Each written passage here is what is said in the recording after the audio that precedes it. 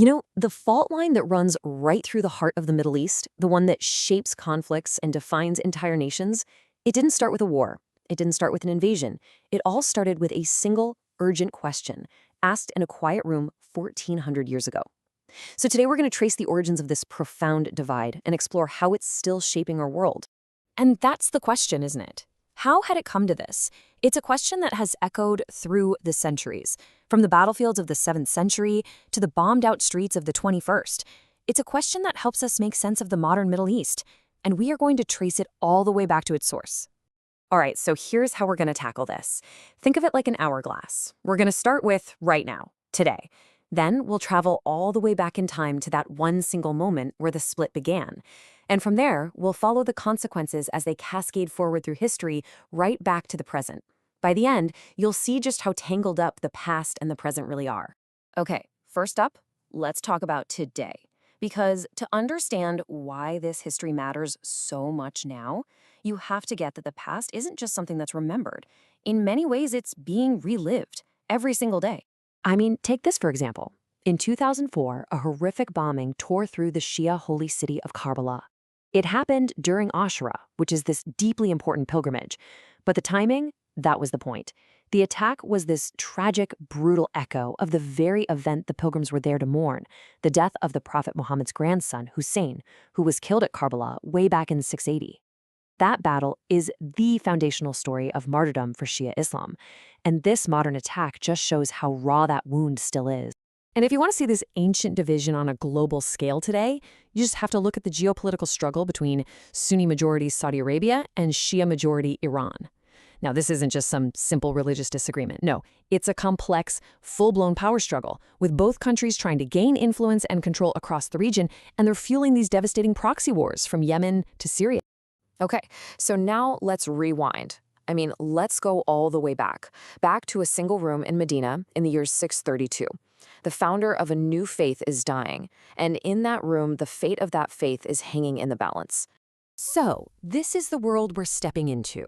The Arabian Peninsula, united for the very first time under the banner of this new faith, Islam. The community had overcome just incredible odds to get here, but now it was staring down its greatest test yet, the fact that its leader was mortal. There was this massive question hanging over everyone, but nobody dared to actually say it out loud. If the prophet died, who would succeed him? As the Prophet Muhammad's favor got worse, this unspoken question quickly went from a worry to a full-blown existential crisis. And this really gets to the heart of the problem. There was no plan. The Prophet Muhammad didn't have any surviving sons. He hadn't publicly named an heir or a successor, and crucially, he hadn't left any instructions for how to choose one. He was essentially leaving behind a massive spiritual and political vacuum. So, into this vacuum, this moment of total uncertainty, two very different answers started to form.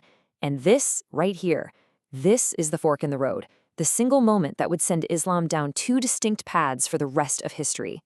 Okay, so this is the absolute heart of the matter. On one side, you have the group that would become known as the partisans of Ali, or the Shia. They believed that leadership wasn't something to be voted on. It was a divine right, passed down through the prophet's own bloodline, and it was meant for his cousin and son-in-law, Ali. But the other group, who would become the Sunnis, believed something completely different. They thought the community should choose its own leader through a process of consensus, or shura, picking the wisest and most pious person from among the prophet's closest companions. So what happened? Well, a decision was made, and it was made quickly. While Ali, the prophet's closest male relative, was busy with the sacred duty of preparing the body for burial, a small council of elders met and pledged their allegiance to Abu Bakr, another one of the prophet's respected companions. The choice was made. And the fact that Ali wasn't even in the room for that pivotal meeting, that would become a central grievance for centuries to come. So you can see how what started as a political disagreement, really just who should lead, soon hardened into these profound theological differences that shape the faith to this day. We're going to look at some of those key doctrinal differences now, starting with the very idea of leadership itself. For Shias, this concept of the imamate is absolutely central. They don't see the imams as just political leaders. No, they believe these are divinely guided, infallible spiritual successors who carry a special, sacred insight into the faith that no one else has. Sunnis, on the other hand, see the caliph as a temporal or worldly leader. He's the guardian of the community, the protector of the faith, for sure. But unlike the Shia imam, he is a fallible human being. He's chosen to uphold the law, not to be a source of new divine knowledge himself. And this difference in leadership trickles down into where each group gets their religious authority. Sunnis, for instance, get their understanding of Islam's traditions, or hadith, from the teachings and accounts of a really wide circle of the Prophet's companions, known as the Sahaba. In contrast, Shias put their trust in a much more specific group, the Ahlul Bayt, which means the Prophet's immediate family. They believe Ali and his descendants had this unique, uncorrupted understanding of Muhammad's teachings, so they get their traditions primarily from them. So how does all this deep theology actually show up in everyday life? Well, let's just take prayer, for example. There are subtle but important differences. Sunnis typically fold their arms when they pray, while Shias keep them at their sides. When they prostrate, many Shias will place their forehead on a little clay tablet, called a turba, often made from soil from a holy site. Sunnis just touch their head directly to the prayer mat. Even the wording can have small variation. All right, let's zoom back out. We're going to see how this religious divide became a major fault line in world history for more than 1,000 years. We'll trace this conflict from the early Islamic empires right up to the geopolitics of today. So after that initial crisis, you see the divide really get cemented in the 16th century. You've got the powerful Sunni Ottoman Empire and the Shia Safavid Empire in Persia, and they become locked in this bitter rivalry. Then, fast forward to 1979. The Iranian Revolution creates a modern, assertive Shia state, which directly challenges the Sunni leadership of Saudi Arabia. And that leads us right back to the proxy conflicts we see all over the Middle East today. And that brings us right back to where we started, in the present day. And it's so clear that this isn't just some dusty old history lesson. It's a living, breathing force that continues to shape the world we all live in.